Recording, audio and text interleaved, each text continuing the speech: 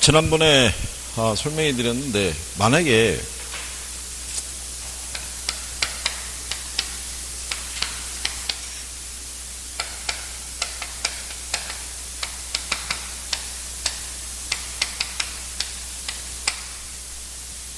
뭐 이런 식으로 주고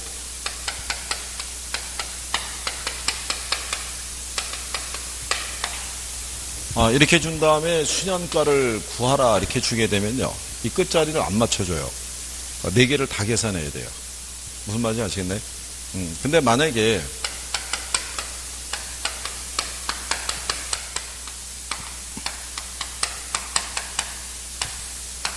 두 개를 같이 물어보면은 끝자리를 맞춰줘요. 출제자들이. 그러니까 유령인 거예요. 나중에 문제를 딱 봤을 때. 그러니까 하나만 구하라고 그럴 때는 이 끝자리를 맞춰볼 필요가 없어요. 그러니까 예를 들어서 거기 23번 문제 있죠. 거기 보면은 A, B, C 3개가 있잖아요. 그죠? 근데 여기 지문을 보면 수형가도 있고 수익성 지수도 있잖아요. 그러니까 결국 2개를 다 구하라는 얘기잖아요. 그럴 때는 거기 보시면은 A가 현금 유입이 얼마냐면 얘가 660이죠. 얘가 330이죠. 얘가 얼마예요? 그러면은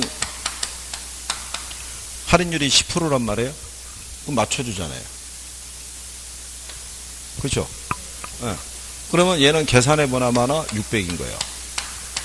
얘는 300이고 이게 유입의 현가예요. 원래는 얘를 이렇게 하면은 할인해야 돼요. 이거를 일일이 계산을 해야 되는데 계산 안 해도 660에가 600이 10%면 60이잖아요. 그러니까 이거 빼면 되는 거예요. 300이 30%면 12%면 30이잖아요. 빼면 되고 400에 10이면 40이니까 그냥 이렇게 나오는 거죠. 그래야지 계산이 왜 간단하게 가야 되냐면 여기서 계산을 또 해야 된단 말이죠. 여기서 이제 뭐 빼야 돼요? 유출을 빼야 돼요. 거기 보시면은 유출이 얼마냐면 300, 100, 100이잖아요. 이거 300을 빼고 100을 빼고 얼마? 100. 그러면 수년가가 얼마 나오겠어요? 얘는 300 나올 거고 200 나오고. 그럼 이것만 계산하는 게 아니잖아요. 모두 계산해야 돼요. 그렇잖아요. 수익성 지수도 계산해야 되잖아요. 그러면 얘는 이게 300이고 얘가 600이니까 얼마 나오겠어요? 얘는 100이고 300이니까 얼마? 100이고 400이니까 얼마? 여기까지 해야 되잖아요. 그러니까는 이거를 그냥 줘야 돼요. 네, 그래야지 여기까지 계산을 이렇게 할 수 있다는 거예요. 그러니까 무슨 말인지 아시겠어요? 그러니까 두 가지를 구하라고 그러면 할인율하고 뒤에 끝자리를 맞춰봐야 되고, 네, 하나만 주면은 다 계산하는 거고, 네? 유령이겠죠. 네, 그러니까 이거를 생각하지 않고 이거 일일이 풀어서 들어오면은 그만큼 뭐 걸리는 거예요? 시간이 걸리니까. 그러니까 출제자들 일부러 배열을 이렇게 깔아주는 거예요. 그럼 바로 계산이 되잖아요. 거기 그러면 지문에서 우리가 확인할 수가 있죠. A와 A의 수년가하고 C의 수년가는 같다 이렇게 돼 있죠. 같잖아요. 300, 300. 그렇죠? 그 다음에 2번에 가면 A의 수익성 지수는 2다. 2 나오잖아요. 그죠? 그 다음에 B의 수년가는 200이다. 200 나오죠. 그 다음에 C의 수년가는 300이다. 300 나오잖아요. 그 다음에 5번에 갔더니 C의 수익성 지수는 3이다. 이거 틀렸잖아요. 4잖아요. 무슨 말인지 아시겠어요? 실전에서는 이걸 4개까지 준 거예요. 4개까지. 4개까지 줘서 뭐 262만 5천 이렇게 준 거예요. 1.1에서 250 나오게끔. 그러니까 이거 하나만 계산하라고 준 거예요. 실전은. 근데 여기서는 이렇게 3개만 준 거죠. 실전에도 이렇게 출제했던 선례가 있어요. 10%를 한 번 줬고요. 5%를 한 번 줬어요. 이거를. 그러니까 그때는 이거를 맞춰서 이렇게 하는 게 요령이다. 라고 이제 말씀을 드리고. 그리고 24번과 같은 형태로 나오는 패턴은 없어요. 이거는 종합적으로 이해를 다 해야 돼요.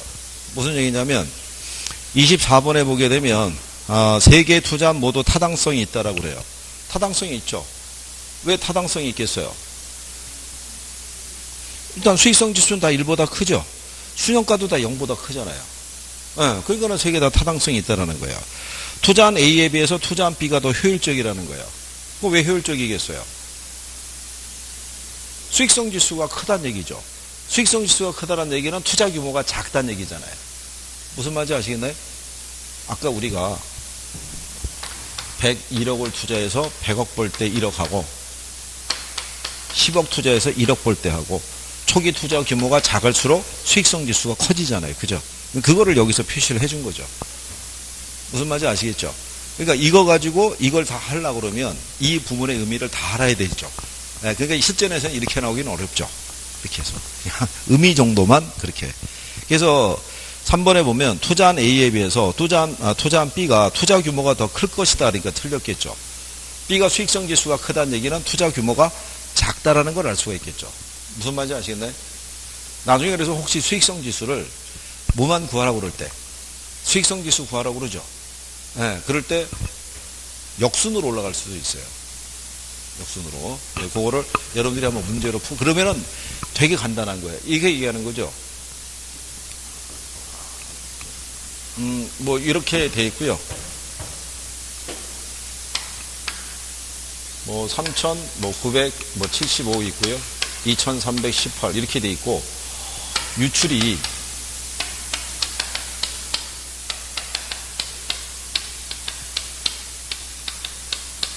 3,575 뭐 만약 이렇게 돼 있잖아요. 이렇게 유입이고 유출이고 그래서 얘가 아니라 수익성 지수 구하라고. 그럼 그냥 역순으로 올라가는 게 답일 수도 있어요. 계산 안 하고. 초기 투자가 작을수록 뭐가 커져요? 수익성 지수가 커지죠. 무슨 말인지 아시겠나요? 그러니까 그 이론을 원리를 알고 있는 사람이면 계산하지 않고 그냥 역순을 선택할 거 아니에요. 수익성 지수가 큰 순서로 골라라면 DCAB, 이렇게 DCB에 이렇게 올라가면 되잖아요. 그렇죠? 모르는 사람은 어떻게 해야 돼요? 계산을 하든가 아니면 버리든가 둘 중에 하나겠죠. 무슨 말인지 아시겠나요? 그런 것도 하나의 요령이라고 생각하셔야 돼요. 그죠? 그 제가 이렇게 강의하면서 자꾸 요령에 대해서 말씀드리는 게 왜 그러냐면 시간 때문에 그런 거예요. 시간만 아니면 그렇게 할 일이 없어요. 그러니까 여러분들이 모의고사 보실 때도 조금씩 느끼시는지 모르겠는데 1차는 타이트하잖아요. 풀다 보면 시간이 빡빡하다는 걸 느끼잖아요. 그러니까 실전도 마찬가지예요. 풀다 보면 시간 훌쩍 가요. 이게 이제 그런 면에서 그렇게 빨리빨리 풀 수 있는 요령을 알고 있으면 시간을 그만큼 절약할 수 있다는 얘기죠. 그 제가 여러분들이 늘상 강조하는 게 박스 문제 나오면 지문 다 풀고 이거 맞추면 안 된다고 그랬죠. 하나 풀고 여기서 지워줘야 된다고. 그래야지 문제 푸는 속도가 빨라진다고. 그렇죠? 그러니까 그런 거를 자꾸 연습해야 돼요. 평상시에. 자, 그래서 이제 그 얘기고요. 그 다음에 뒤에 가면요. 25번에 현금 유출이 현재 250만 원이 되는 투자안이 있다. 이 투자는 앞으로 3년 동안 매년 100만 원씩에 대한 현금 유입이 예상이 된다. 다음 설명 중에서 틀린 것 이렇게 물어봤어요. 그러면 여기서 얘기하는 거는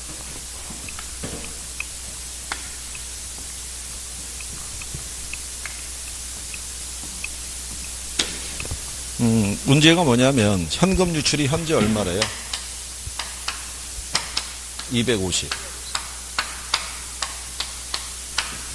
근데 3년 동안 매년 얼마씩? 그렇죠? 그런데 할인율이 0이래요. 0이면 얘는 할인하지 않고 얘가 그대로 들어온다는 거잖아요. 그럼 300이잖아요. 300에서 250 빼면 50 나오겠죠. 그렇죠? 뭐 그 얘기겠죠. 할인율이 0보다 크면 수년가는 50만 원보다 당연히 어떻게 돼요? 작다라고 얘기하는 거겠죠. 그죠? 0보다 크다는 얘기는 뭐 가서 0.1만 할인을 적용하더라도 1 플러스 0.01이잖아요. 그죠? 그럼 1 플러스 1.01로 할인하더라도 이 금액은 작아지죠. 예, 그러니까 당연히 50만 원보다 작아질 수밖에 없죠. 무슨 말인지 하시겠죠? 실전에서 이런 표현은 잘 채용을 안 해요. 그렇게 이제 간결하게 주기 때문에 그냥 문제상에서 그래서 이제 4번에 보면 할인율을 증가시킬수록 수년가는 커진다 그러니까 당연히 틀리겠죠. 할인율이 증가되면은 유입에 대한 가치가 자꾸 떨어지죠. 그렇죠? 그런 내용이니까 구별하시면 되겠고.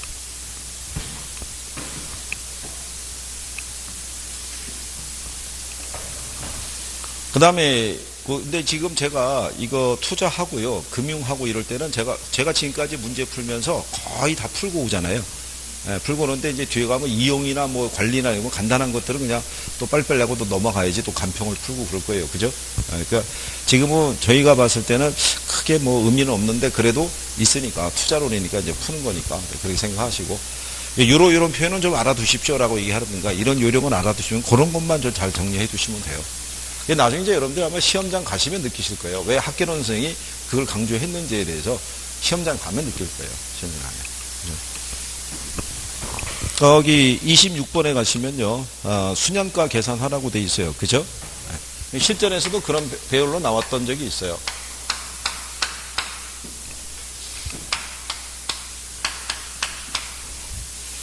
거기 보면 이제 현금 흐름이 마이너스 1600이죠. 그죠? 유출이. 그 다음에 이제 180이 이렇게 돼 있죠. 180, 180, 180, 180. 여기 가면 1980, 뭐 이렇게 돼 있는 거죠. 예, 이렇게 돼 있다는 얘기는 지난번에 그 의미를 알려드렸죠. 이게 이제 보유기간 중에 운영에 따라 이제 현금 흐름이 발생하고, 이게 이제 기간 말에 1980은 180하고 얼마? 1800이 플러스가 돼 있는 거라고 그랬죠. 예. 그러니까 왜냐하면 투자자는 이렇게 보유한 다음에 기간 말에 얘를 처분한다는 과정이에요. 처분을 하는데 연말에 처분하는 거예요. 그러면은 1월 1일부터 12월 31일, 1년 사이에 이 흐름은 발생했을 거 아니에요. 그러니까 여기서 당연히 180을 뺀 뭐가? 1800이 매각에서 발생하는 흐름이라고 생각하시면 되죠. 실전에도 이렇게 한번 나온 거죠. 그죠? 그러면, 수년가를 계산하려고 그러면 유입의 현가에서 유출의 현가를 빼겠죠. 그럼 얘네를 무슨 가치로 할인해야 돼요? 현재 가치로. 근데 여기 보면은 지금 일정한 기간 동안에 동일한 금액이 반복적으로 표시되잖아요. 매년 얼마씩? 180만원씩. 그럼 얘들의 무슨 가치를 구하려면, 현재 가치 구하려면 연금의 현가 개수 써야 되죠. 그러면 180만원에다가는 연금의 현가 개수를 대입하면 돼요. 그럼 당연히 주어져 있다고요. 연금의 현가 개수 있죠. 3.79079. 실전에도 이렇게 줬어요. 똑같아요. 얘를 계산하고요. 그 다음에 1800 있죠. 얘는 0.62091 이렇게 줬을 거예요. 두 개를 계산해서 합한 것이 바로 뭐가 되겠어요? 그게 유입의 현가가 돼요. 그죠? 그럼 얘는 계산하면은 682만 3천원 뭐 이렇게 나가요. 계산하시게 되면. 또 하나 계산하시게 되면 111만 7천원 이렇게 나가요. 그러면 얘네 두 개를 다 더하면 얼마 나온다는 얘기냐면 이게 1800 나온다는 거야. 얼마? 1800. 그럼 유입의 현가가 1800, 유출이 1600이잖아요. 1800에서 1600 빼면 200 이렇게 나오겠죠. 그래서 답이 얼마? 200만원 이렇게 나오는 거죠.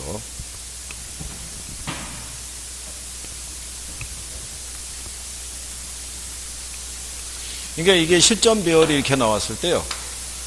이걸 알고 하신 분은 뭐 어렵지 않게 그냥 여기에다가 그냥 이거 곱하고 여기다 이거 곱한다 그러면은 계산이 빨리 나오는 거고, 그게 가려진 의미를 몰랐으면은 계산이 잘못 나왔거나 아니면 그냥 네, 그죠. 한 5초간 째려본 다음에 그냥 내년에 풀어야지 모르고 나왔겠죠. 뭐. 그죠. 그러니까 그래도 어떻게 되는 거네. 그러니까 가서 복잡하다 싶으면 안 하셔도 되는데 해볼만 하고 내 요령을 알고 있으면 대입해서 단순하게 풀 수도 있어요. 시상은 이게 기출에 나온 내용들이 훨씬 간결해요. 기출에 나온 내용들이. 그 다음에 27번에 보면요. 갑원 1000만 원을 농지 매입에 투자해서요. 모든 경비를 공제하고 1년 후에 1200만 원의 현금 유입이 예상된다는 걸 알았다. 이때 갑의 투자안에 대한 내부 수익률을 물어봤죠. 그러면 그냥 이거는 나오면요. 유출이 얼마예요? 유입이 얼마야? 나누면 돼요. 그러면 바로 내부 수익률 나와요. 1.2죠. 원래는 이런 얘기거든요. 1000만 원과 1200만 원의 크기를 갖게 해주는 게 내부 수익률이에요. 유입과 유출을. 그러면 식을 이항을 시키면은 이렇게 되니까 1000분의 1000에 오면 1.2 나오잖아요. 그러니까 얘가 몇 프로겠어요? 20%. 네, 그래서 내부 수익률은 몇 프로다? 20%. 그러니까 만약에 이렇게 나오게 되면요. 유입하고 유출을 그냥 나누면 바로 내부 수익률을 계산할 수 있어요. 1년 기준 했을 때. 간단하게.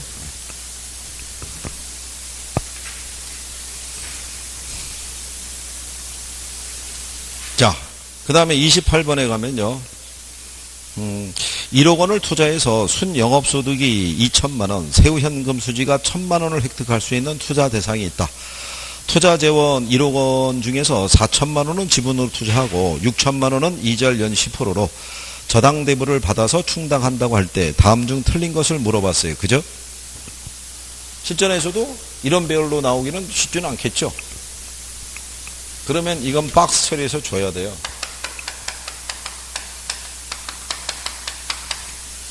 순영업소득은 얼마를 줬어요? 2천. 그러면 세전은 얼마를 줬냐면은 세후를 줬군요.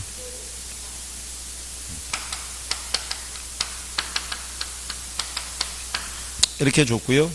그 다음에 이제 보면은 총 투자액이 얼마예요?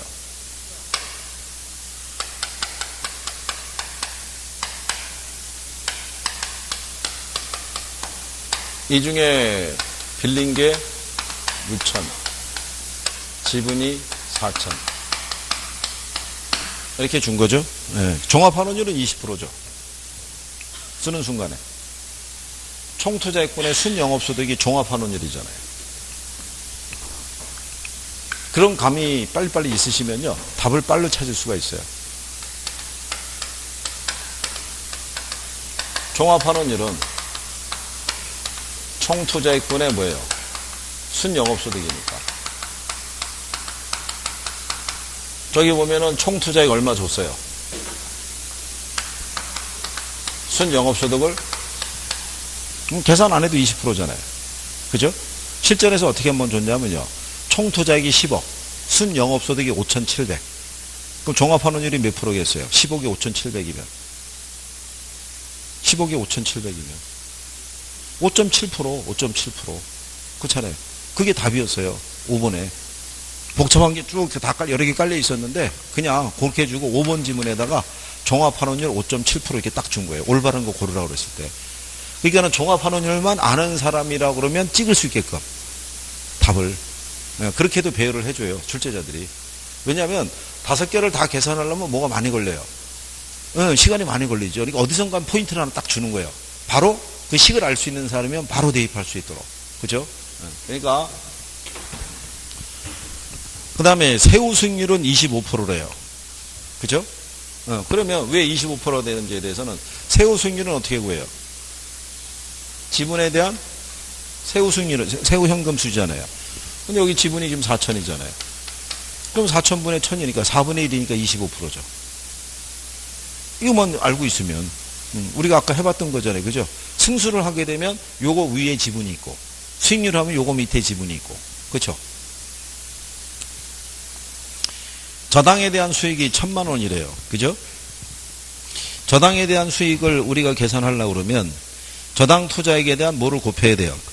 이자율을 우리가 곱해야 되는데 이자율이 몇 프로라고 돼 있어요? 10%. 이자율이 저당 상수거든요. 그러면 빌린 돈이 6천이잖아요. 6천에 10%면 얼마겠어요? 600이라는 얘기죠. 근데 1,000만 원이니까 틀렸겠죠. 타인 자본 사용에 따른 정해지렛대효과가 나타나는 경우라고 돼 있죠.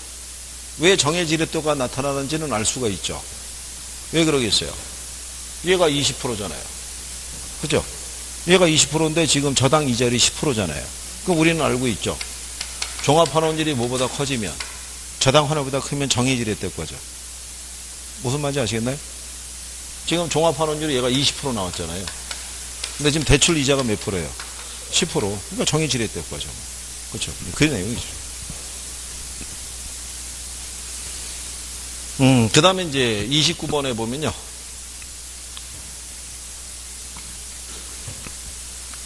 그래서 이게 미리 한번 풀어보고 오시면 도움이 많이 돼요. 그죠?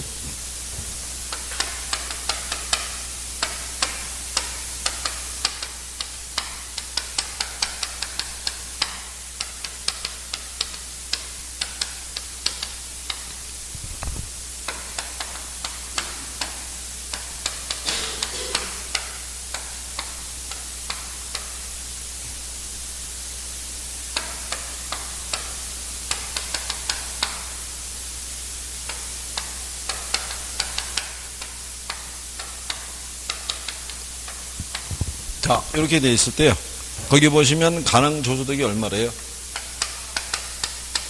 4억이고요. 공실 및 임대료 손실이 가능 종소득의 몇 프로? 5%. 4억에 5%면 얼마겠어요? 2천. 그럼 얘가 얼마? 3억 8천 나오겠죠. 그렇죠? 네. 그리고 거기 보면은 주차료 수입액이 얼마예요? 5천. 이게 기타 소득을 또 줬어요. 다시 해 그냥. 원래 기타 소득이 잘 안 들어오는데.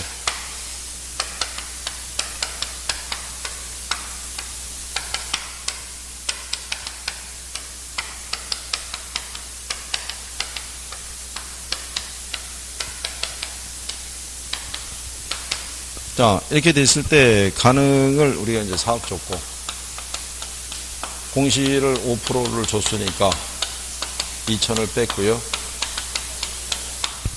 이거를 주차료 수입액을 5천을 줬죠. 그러면 4억 5천에서 2천 빼니까 남는 게 얼마? 그 다음에 영업경비가 얼마를 줬냐면 그럼 얘가 3억 9천이 되고요. 저당 지불액이 2천만 원이라고 줬죠. 그럼 얘가 얼마? 3억 7천. 그죠? 소득세가 얼마? 1천만 원. 그럼 얘가 3억 6천만 원. 이렇게 돼 있죠. 그렇죠? 네. 이럴 때 이제 세후 현금 수지 승수를 물어봤는데 지분 투자액이 얼마래요? 18억이라고 줬잖아요. 그러면 승수를 물어보면 승수 앞에 있는 애가 분모로 간다고 그랬죠. 그럼 세후 현금 수지가 얼마? 3억 6천.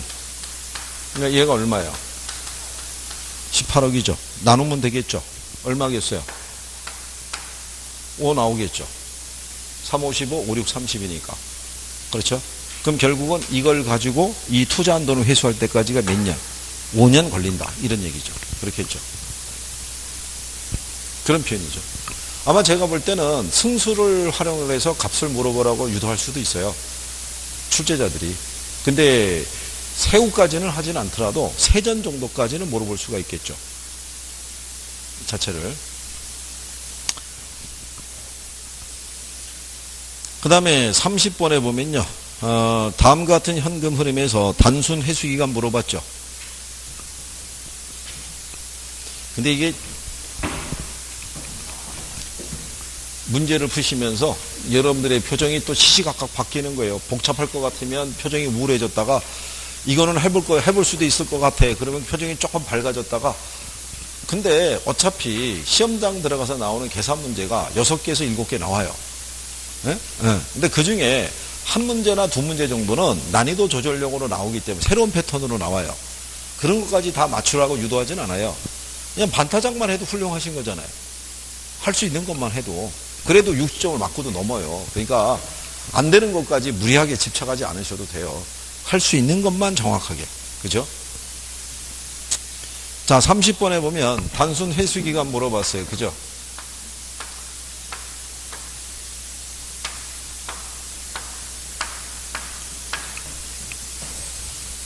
뭐 5년까지 줬군요.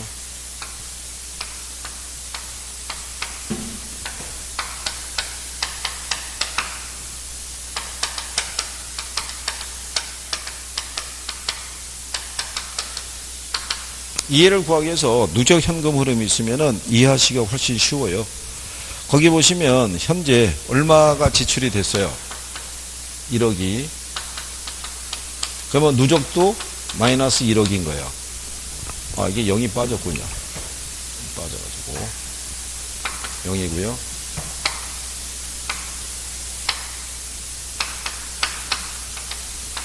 그랬을 때 1년 차가 됐을 때 얼마 들어왔어요? 2천. 그러면 누적 현금 흐름이 마이너스 8천으로 바뀌는 거겠죠. 그 다음에 2년 차가 되면은 3천 들어왔죠. 그러면 누적 현금 흐름이 마이너스 5천. 그렇죠? 3년 차가 됐을 때 4천이 들어왔죠. 그렇죠? 그러면 마이너스 얼마? 1천. 근데 4년 차가 됐을 때 4천이 들어왔어요. 그러면은 얘가 플러스 3천으로 바뀌겠죠. 그렇겠죠? 그러니까는, 뭐 여기까지 했으면 다 회수된 거죠. 그러면 얼마가 되겠어요? 3년? 3개월 만에. 그렇죠? 1년은 12달이니까. 이게 4천 들어왔으니까. 그렇죠? 분기별로 1,000만 원 들어왔다고 봐야겠죠. 그러니까 1분기 만에 들어간 거 회수했고, 나머지 플러스 3천으로 돌아섰으니까.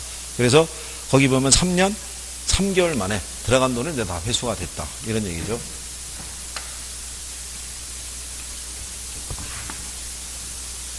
그러니까 단순 회수기간법에서는요, 원래는 누적 현금을 같이 놓고 했을 때가 인식이 빨라요. 그러니까 이거는 우리가 수업할 때, 강의할 때 설명을 해드린 거고, 실전에서 나올 때는 이 표현은 없죠, 누적은. 그냥 바로 써주는 거죠, 위에 것만. 그죠? 그래서, 그 다음에 31번에 가시면요, 단순 회수기간법으로 또 나와 있는데, 투자한들의 타당성을 분석한 결과 가장 타당한 것을 물어봤어요. 그죠? 이제는 뭐 어떻게 하는 건지는 다 알고 계시죠? A는 얼마 만에 회수가 다 되겠어요? 500을 회수할 때까지가. 얘는 3년 걸리겠죠? 500이니까. 네. 그 다음에 B를 보면 600이잖아요. 600을 회수할 때까지가 몇 년? 4년 걸릴 거고요. C는? 그쵸? 2년 반이 되겠죠? 네. 근데 거기 해설에 보면 2.5년이라고 되어 있잖아요. 그럼 틀리고 2.6년이라고 해줘야죠. 1년이 12달이니까. 그러니까 2년 6개월 만에. 2.5년이 맞나요? 개월로 표시 안 하고 연으로 했으니까. 예, 그렇게 하고. 그 다음에 D를 보게 되면은 800이죠? 그러면 얼마 만에 회수가 돼요? 4년 반. 그 다음에 E를 계산하게 되면 5년 나오겠죠? 다 계산하면. 근데 이 중에서 C가 제일 타당하다는 거잖아요. 네, C가 제일 타당하다는 이유는 무조건 회수기간이 빠른 애를 선택하는 거예요. 이게 회수기간법은 지난번에 설명해 드렸지만, 유동성에 초점을 둔 방식이 아니라 시간성에 초점을 둔 방식이라서 그래요. 들어간 돈을.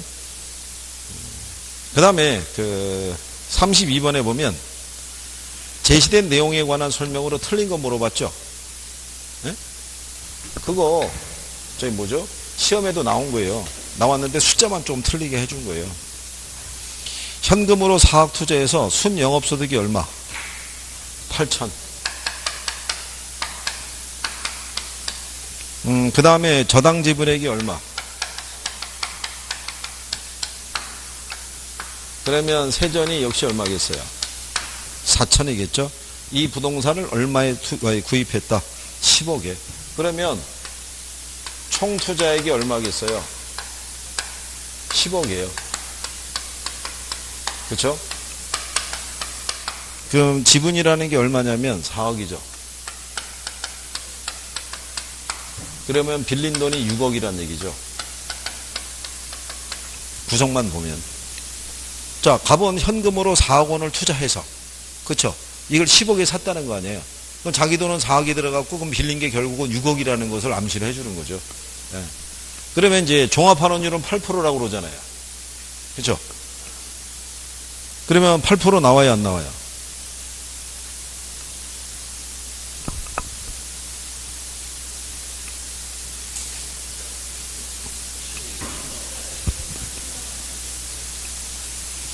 얘가 지금 총 투자액이 10억이잖아요. 순 영업소득이 얼마? 8천. 그럼 몇 프로? 그래요. 이제 이거는 이제 나오면 계산할 수 있으시겠죠? 종합환원율 정도는. 이렇게 하면은. 그 다음에 저당 비율이 60%라고 하잖아요. 구했잖아요. 60%. 10억에 6억이니까. 그럼 계산해봐라. 대부비율 60%라는 걸 알 수가 있고. 그죠? 자본의 수기간이 12.5년이래요. 얘 뒤집으면 되죠? 순소득 승수는 종합환원율의 역수니까. 그러면은 얘는 8천을 가지고 얼마? 10억을 회수할 때까지가 얼마? 12년 반이 걸린다 이런 얘기죠. 그죠? 이렇게 뒤집으면 우리가 구할 수 있고.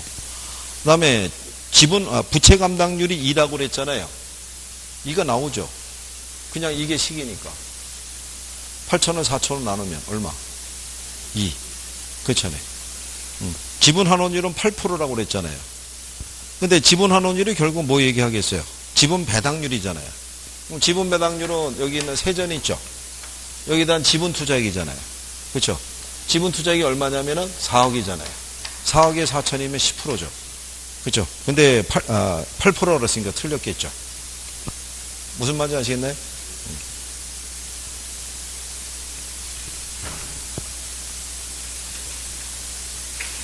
그래서 만약에 출제자들이요, 계산을 유도하게 되면은 틀린 거 말고 나머지 애들은 거의 산술로 이렇게 값이 나오게끔 배열을 깔아주는 거예요.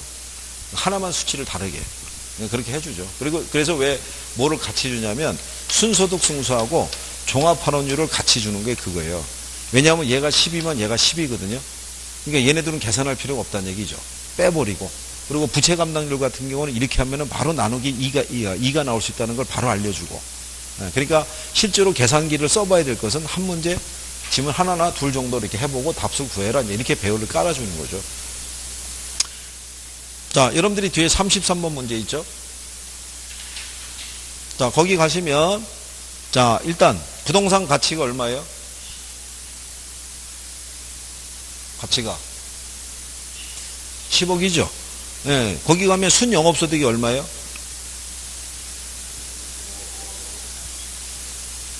5억 4천이 아니라 그냥 5,400이겠죠?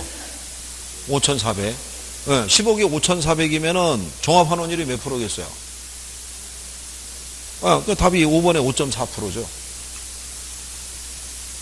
이거는 실전을 가시게 되면 종합환원율 뭐 이런 것들이 이게 실전에 이렇게 나온 거예요. 아까 제가 말씀드린 대로 투자한 게 10억이고 순영업소득을 5,700을 줬어요. 그리고 5번 지문에다가 5.7% 이렇게 깔아준 거예요. 그러니까 그거를 아는 사람이면 얘가 맞네? 이렇게 탁 맞게끔 이렇게 배열을 해준 거예요. 그 기출에서 나온 숫자를 조금 바꿔준 거예요. 이게. 금방 확인할 수가 있죠. 그죠? 그리고 여러분들이 한번 생각해 보세요. 거기 2번에 가면 지분배당률 구하라고 돼 있죠. 네? 네. 지분배당률은 어떻게 구한다 그랬어요? 지분에 대한 세전현금 수지잖아요. 세전현금 수지를 얼마 줬냐면 1,700을 줬죠. 근데 거기 보면 부동산 가치가 10억인데 대출 비율이 50%라는 얘기는 내가 투자한 지분이 5억이라는 얘기잖아요. 5억에 1,700이면 3.4%죠, 뭐. 그렇잖아요. 예, 근데 4.5% 그랬으니까 틀렸을 거 아니에요. 이게 숙달이 되면요, 빨라요, 보는 게. 포인트를 내가 알고 있으니까. 그러니까 몇 가지는 기본적으로 잘 써주냐면, 그래서 아까 얘기한 종합환원율, 지분환원율, 지분배당률, 그죠? 순소득 승수, 부채 감당률, 이런 건 잘 쓰는 거예요. 그러니까 그런 거는 연습만 조금 하시게 되면 구할 수 있어요, 이게. 그래서 저희가 자꾸 계산 문제 있으면 직접 해보시라고 얘기하는 게 그거예요. 하면 늘거든요. 눈으로 푸는 거는 잘 안 늘고. 이게. 근데 이제 여러분들은 이제 그렇게 얘기할 수 있을 거예요. 선생이랑 같이 문제 풀 때는 잘 풀리는 것 같기도 하고. 그런데 선생도 없고 주변에 아무도 없는데 혼자서 문제를 풀면 안 나온다 이거죠. 그러니까 그게 이제 조금 더 한번 해보시는 거. 그 다음에 34번에 뭐를 물어봤어요? 그러면 부채 감당률이 나오면 공식이 떠올라야겠죠. 여기는 뭐, 네, 그렇죠? 네, 이런 식의 배열인데 이건 우리가 아까 이 순서만 해도 이건 나올 수 있다 그랬잖아요. 기억하시나요? 이거 할 때 여기 밑에가 부채 서비스액이잖아요. 이게 이거잖아요. 공식이 오니까. 그러면 총 투자액은 1억 원인데 저당 투자액이 얼마래요? 6천. 그럼 지분이 얼마겠어요? 4천. 유효조소득이 4천이죠. 영업경비가 유효조소득의 몇 프로래요? 40%. 그러면 4천에 40%면 1600이죠. 예, 1600이면 남는 게 얼마? 2400이 되겠죠. 예, 근데 그러면 부채 서비스액을 구해야 되잖아요.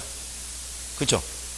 부채 서비스액은 거기 저당 우리가 이거 원리금 어떻게 구해요?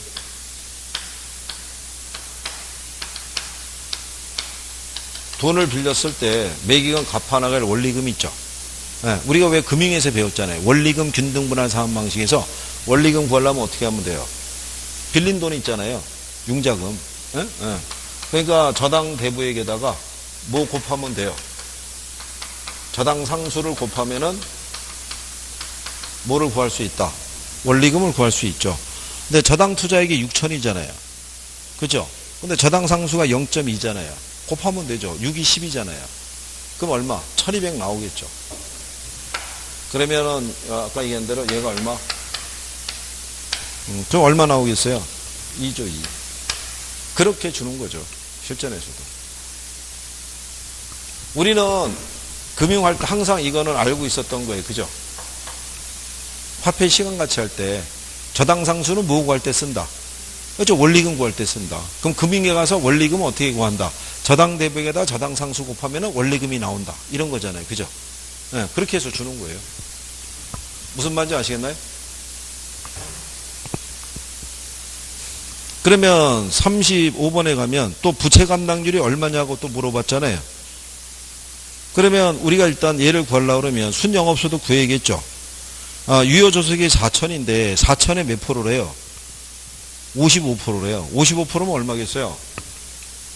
2,200. 그럼 4천에서 2,200 빼면 남는 게 얼마?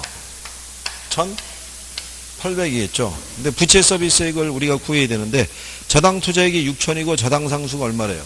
0.1. 그럼 어떻게 하면 돼요? 6천에다가 0.1 곱하면 되죠. 네. 그러면 6일은 6이니까 얘가 얼마? 그럼 얘가 3 나오겠죠. 6, 3, 18이니까. 그런 요령이라는 거죠. 이게 비슷한 거 자꾸 풀면요. 감각이 생겨요. 이렇게 되는구나. 그런데 그게 감각을 계속 유지하려고 그러면 꾸준히 이걸 해야 되는데 이때만 하고 덮으면 유지가 안 되죠. 나중에 선생이 또 부채 감당률 얘기하면 기억이 가물가물해요. 근데 일주일 내내 부채 감당률 그러면 기억이 돼요. 이게 자꾸 할수록 늘으시는 거예요. 그래서 이게 중개사 시험이 회독 싸움이에요. 회독. 자꾸 들으면 들을수록 늘어나는 거예요, 이게. 처음에는 몰랐던 게. 그러니까 여러분들이 왜 9월 달에 동영을 해가지고 일주일에 전 범위를 한 번에 다 해도 여러분들이 받아줄 수 있냐면 그동안에 돌았기 때문에 받을 수 있는 거예요. 그런 과정을 3, 4월에 봄에 하면은 못 받아줘요. 무슨 말인지 모르는데. 선생 혼자서 설명하는 밖에 안 되죠. 9월 달 정도나 됐을 때 가능한 거예요. 그렇게 해서 돌면 점점점 이해되는 부분이 빨라지는 거예요. 이거. 자, 그러면 36번에 가면요.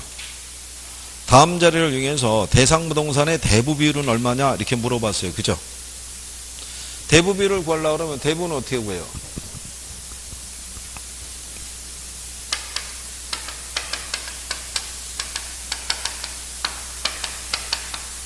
부동산 가치에 대한 융자금의 비율이잖아요. 근데 거기 보면은 가치는 얼마라고 줬어요? 10억이라고 준 거죠. 그럼 예물 구하면은 이게 나오는 거죠. 융자금을. 근데 융자금은 없고요. 부채 서비스액이 얼마래요? 1억이잖아요. 근데 뭐를 줬어요? 저당상수.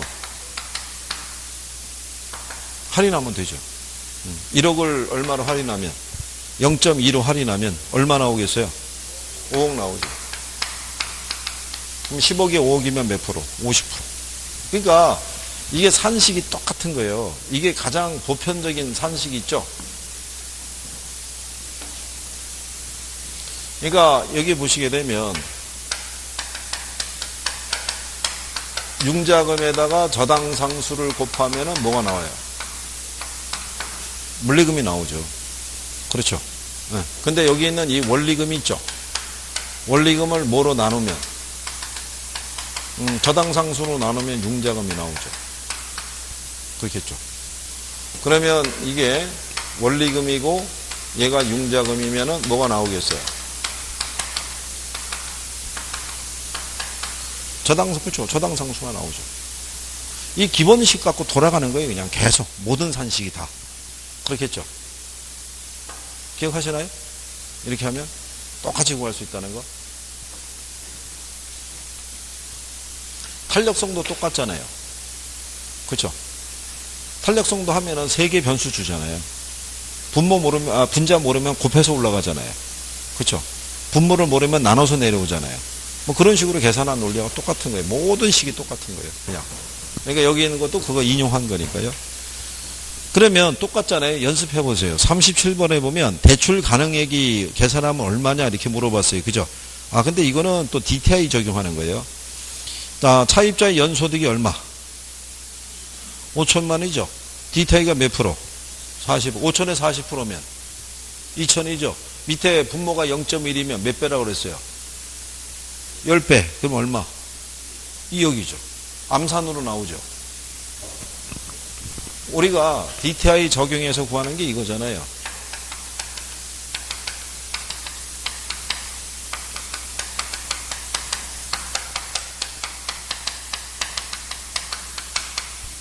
이렇게 구하는데 기타 부채는 없어요. 그죠? 여기서 준 건 뭐만 줬냐면 얘 0.1 줬고요. 연소득이 얼마? 5천. DTI 비율을 몇 프로? 40%. 5천에 40%면 2천 나오잖아요. 0.1이면 10배란 얘기거든요. 그럼 얼마? 2억. 0.1이면 그냥 쉽게 주는 거예요. 출제자들이. 이것만 계산하면 그냥 0.1이면 10배다 이거예요. 그냥 바로 찍어라 이런 얘기죠. 그걸 모르면은 이걸 어떻게 하겠어요? 뭐 어떻게 하는지 모를 거 아니에요. 그냥 버리고 넘어갈 거고 아는 사람 같으면 그냥 찍을 수 있고 계산 바로 해서. 그죠? 그러면 식을 안 세우고도 지금 말한 것처럼 구두로도 되죠. 5천에 40%면 2천인데 다른 건 없고 0.1이야? 그럼 2억이겠네? 그럼 2억이게 되는 거죠. 그냥. 그 다음에 이제 38번 여기서부터 똑같죠? 이거 뭐 하는 거예요? 융자 이제 가능금액 이런 거 이제 계산하는 거죠. 그죠? 융자 가능금액 계산하면은 크게 두 가지가 있죠. 주택하고 뭐하고? 상가하고. 그죠? 주택은 이런 식으로 구하면 되고 상가는 어떻게 구하면 된다 그랬어요? 식만 알면 대입이 단순 대입인 거고. 자, 일단 주택은 두 가지로 구해요. 하나가 무슨 비율? 하나는 총부채 상환 비율이에요. 아직까지는 DTI를 적용하는 거죠. 만약에 정부가 DSR을 하게 되면 그는 총부채 원리금 상환 비율을 대입하니까 그러면 식이 좀 달라지고요. 이거를 구하게 될 때 융자금은 부동산 가치에다가 뭐 적용하면 돼요? 대부비를 적용하면 되고 여기는 융자금을 구하려고 그러면 저기서 했던 것처럼 연저당상수분에 연소득에다가 DTI를 적용하고 뭐를 빼면 돼요? 이게 주택 구할 때 쓰는 거고요. 상가는요. 이게 이제 부동산 가치라고 돼 있는데 주택을 할 때는 뭐 주택 가치 줄 거예요. 그러면 여기도 대부비율을 쓰는 건 똑같아요. 그러면 여기서는 융자금 구할 때는요. 상가의 가치에다가 뭐를 곱하면 되고 이 비율을 곱하면 되고 그 다음에 현금 수지 기준으로 구할 때 있어요. 여기서 융자금을 구하는 건요.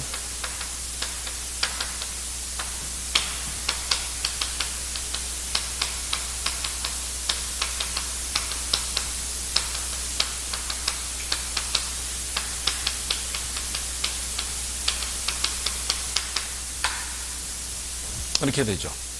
산식이. 작년에는 이거 나왔어요. 작년에. 그러니까 이것도 연습을 하면은 늘어요, 안 늘어요? 늘어요. 그렇죠? 식을 이렇게 하시고요. 쉬는 시간 동안에 38번 이렇게 해서 쭉 한번 대입해서 한번 풀어보세요. 좀 들어와서 같이 한번 또 풀어보고. 그렇죠?